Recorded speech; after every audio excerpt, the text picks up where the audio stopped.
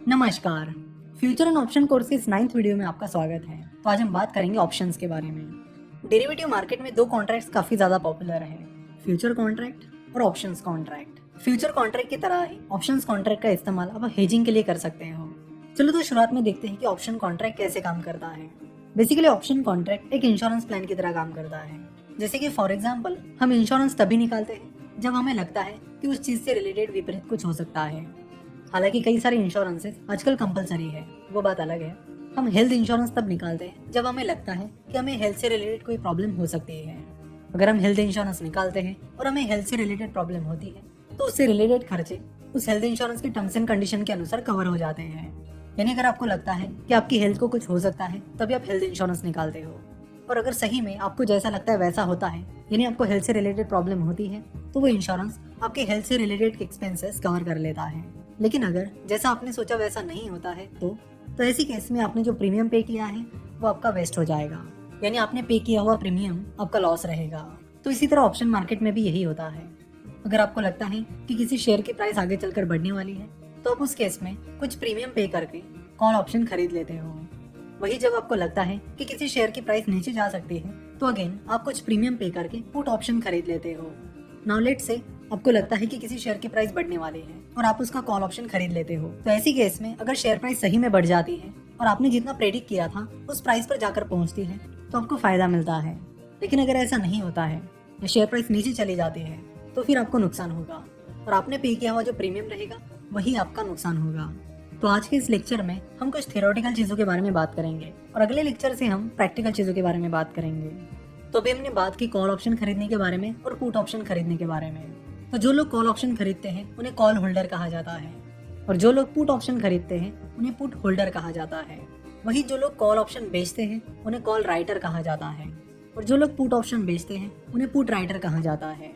Don't worry about all this things. जैसे जैसे हम ऑप्शन सीखते चले जाएंगे वैसे वैसे सारी चीजें आपको क्लियर हो जाएगी। जैसे कि हमने फ्यूचर कॉन्ट्रैक्ट में देखा था कि एक महीने की फ्यूचर की आपको एक ही प्राइस मिलती है।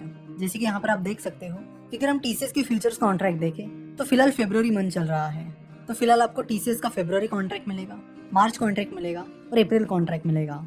टीसीएस के फरवरी कॉन्ट्रैक्ट की प्राइस अलग रहेगी, मार्च कॉन्ट्रैक्ट की प्राइस अलग रहेगी और अप्रैल कॉन्ट्रैक्ट की प्राइस अलग रहेगी।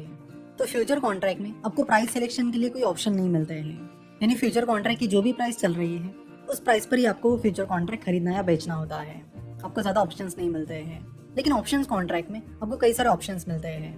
टीसीएस की शेयर प्राइस आज 5 फरवरी 2020 को 2147 रुपीज चल रही है। तो अगर आप टीसीएस के कॉल या पुट ऑप्शंस के बारे में बात करेंगे तो यहाँ पर आपको कई सारी स्ट्राइक प्राइस मिलेगी। जैसे कि आप यहाँ पर देख सकते हो आपको 1620 रुपए, 1640, 1660 रुपए, इस तरह 20-20 रुपए के गैप पर लगभग कई सारे ऑप्शंस मिल रहे हैं।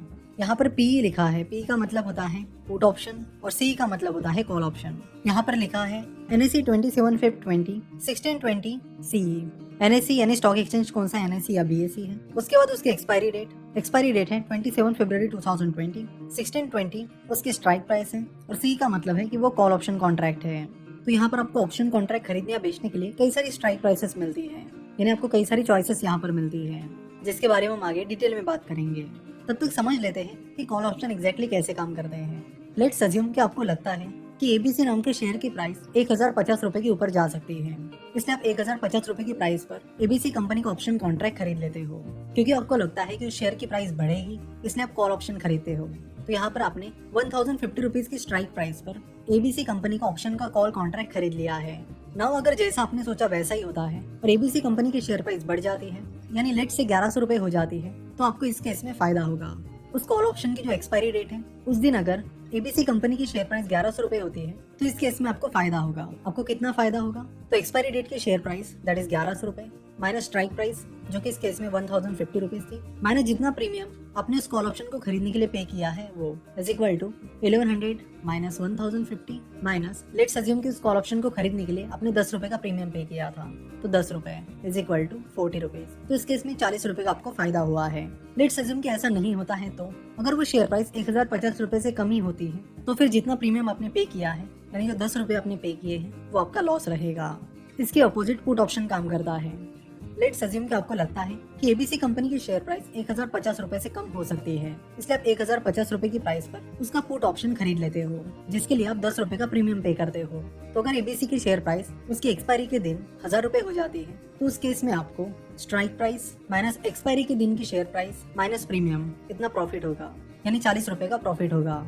अगर शेयर प्राइस 1050 के नीचे नहीं जाती है, तो जितना प्रीमियम आपने पे किया है उतना ही आपका लॉस होगा। तो पुल ऑप्शन और कॉल ऑप्शन कुछ इस तरह वर्क करते हैं। आशा करता हूँ कि आपको ऑप्शन कॉन्ट्रैक्ट के बेसिक्स के बारे में अब समझ गया होगा। अगले लेक्चर में हम इसे और डिटेल में समझेंगे। वीडियो देखने के लिए और हमसे जुड़े रहने के लिए आपका बहुत बहुत धन्यवाद।